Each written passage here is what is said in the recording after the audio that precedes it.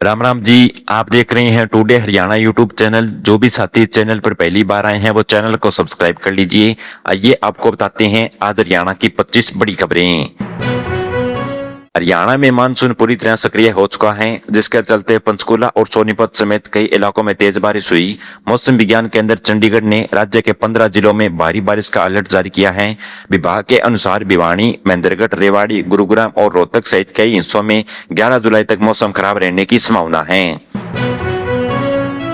हरियाणा कर्मचारी चयन आयोग ने सीईटी ग्रुप डी के अभ्यर्थियों को बड़ी राहत दी है। जिन छात्रों ने ऑनलाइन आवेदन में कोई भी गलती हो गई थी वे अपने फॉर्म में सुधार कर सकेंगे। इसके लिए आयोग ने 9 से 11 जुलाई तक सुधार पोर्टल खोलने का दोबारा शुरू किया जा रहा है, जिससे उम्मीदवारों को अपनी कमियों को ठीक करने के लिए 2 दिन का समय मिलेगा।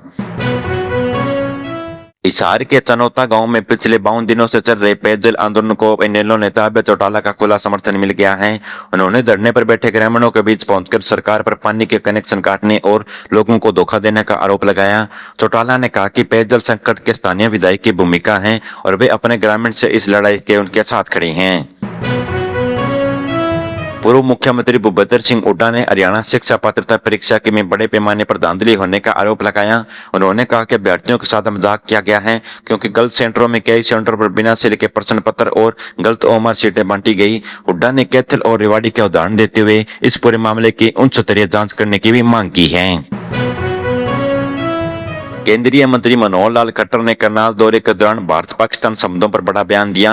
उन्होंने साफ शब्दों में कहा कि पाकिस्तान को बातचीत शुरू करने से पहले अपने देश में चल रहे आतंकवादी अड्डों को पूरी तरह खत्म करना होगा। इसके बिना आगे कोई भी चर्चा संभव नहीं है।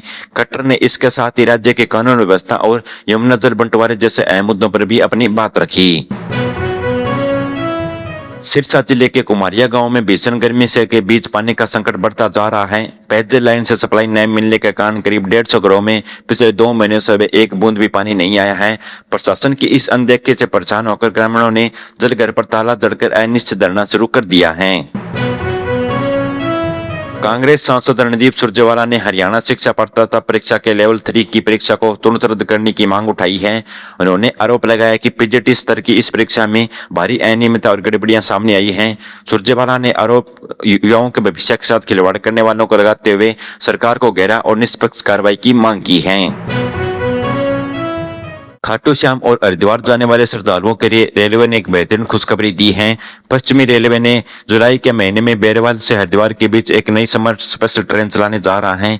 यह ट्रेन नारनौल, रिंग्स, अटेली और रेवाड़ी के रास्ते होकर गुजरेगी, जिससे यह रूट यात्रियों को सीधे सफर करने का शानदार सुविधा मिल जाएगी। सोहाना क्षेत्र में वन विभाग की 30 एकड़ की कीमती जमीन को कब्जा मुक्त कराने के लिए प्रशासन ने सख्त कार्रवाई की है। आगामी 8 तारीख को इस जमीन पर बने अवैध कब्जे को ढहलाने और बुलडोजर चलाया जाएगा। यह पूरी कार्रवाई 2 अलग अलग चरणों में पूरी की जाएगी, जिसके तहत पहले बने धार्मिक स्थलों को हटाया जाएगा और फिर पक्के मकानों को तोड़ा जाएगा। प्रधानमंत्री नरेंद्र मोदी आगामी 17 जुलाई को जींद जिले के दौरे पर आ रहे हैं। वह यहां प्रदेश के आधुनिक और तकनीकी वाली पहली हाइड्रोजन ट्रेन को हरी झंडी दिखाएंगे और साथ ही Jind Narwana railway station junction के साथ नए स्वरूप का उद्घाटन भी करेंगे। इस बड़े कार्यक्रम को लेकर प्रशासन ने अपनी तैयारियां तेज कर दी हैं और वही मुख्यमंत्री नैम सिंह सैनी भी आज जिले का जायजा लेने पहुंच रहे हैं। हरियाणा के जन स्वास्थ्य अभियांत्रिकी विभाग ने कौशल रोजगार निगम के तहत कर्मचारियों की नौकरी से सुरक्षा से जुड़े आवेदकों की जांच शुरू कर दी है।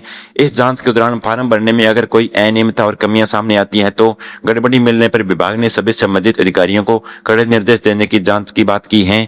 इसके साथ भविष्य में होने वाली किसी भी धोखा को रोकने के लिए पोर्टल लॉगिन सुरक्षा को भी पहले से ज्यादा सख्त कर दिया गया है।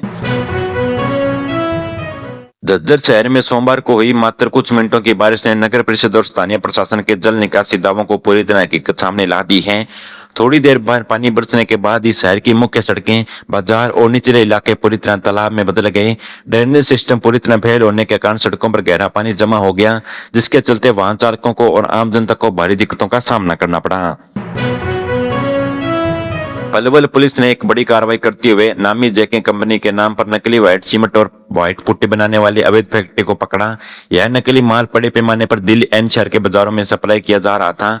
छापे के दौरान पुलिस ने मौके पर भारी मात्रा के दौरान माल बरामद किया और फैक्ट्री के मुख्य मालिक कपिल मिर्जेवाल को तुरंत गिरफ्तार करके जेल भेज दिया। फरीदाबाद में विधायक चुनाव को देखते हुए मतदाता सूची को दुरुस्त करने का काम बहुत तेजी से चल रहा है। इसके लिए निर्वाचन अधिकारियों के द्वारा गांव और एनसीआर क्षेत्रों में घरों में खुद जाकर लोगों के फार्म भरवा रहे हैं।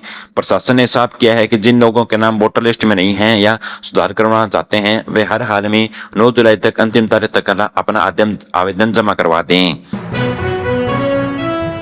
गुरुग्राम के सबसे व्यस्त और राजीव चौक पर हर दिन लगने वाले भारी ट्रैफिक की जाम की समस्या को खत्म करने के लिए राष्ट्रीय राजमार्ग प्राधिकरण ने एक नया प्लान तैयार किया है। एनजीआर ने यहां के लिए एक खास एलिवेटेड रैंप या नया डिजाइन तैयार किया जाएगा। इस रैंप के बनने के बाद दिल्ली गुरुग्राम एक्सप्रेस और गुरुग्राम सोहाना के हाईवे के बीच गाड़ियों का आना जाना बिल्कुल सीधा हो जाएगा और चालकों को बड़ी टेंशन खत्म होगी।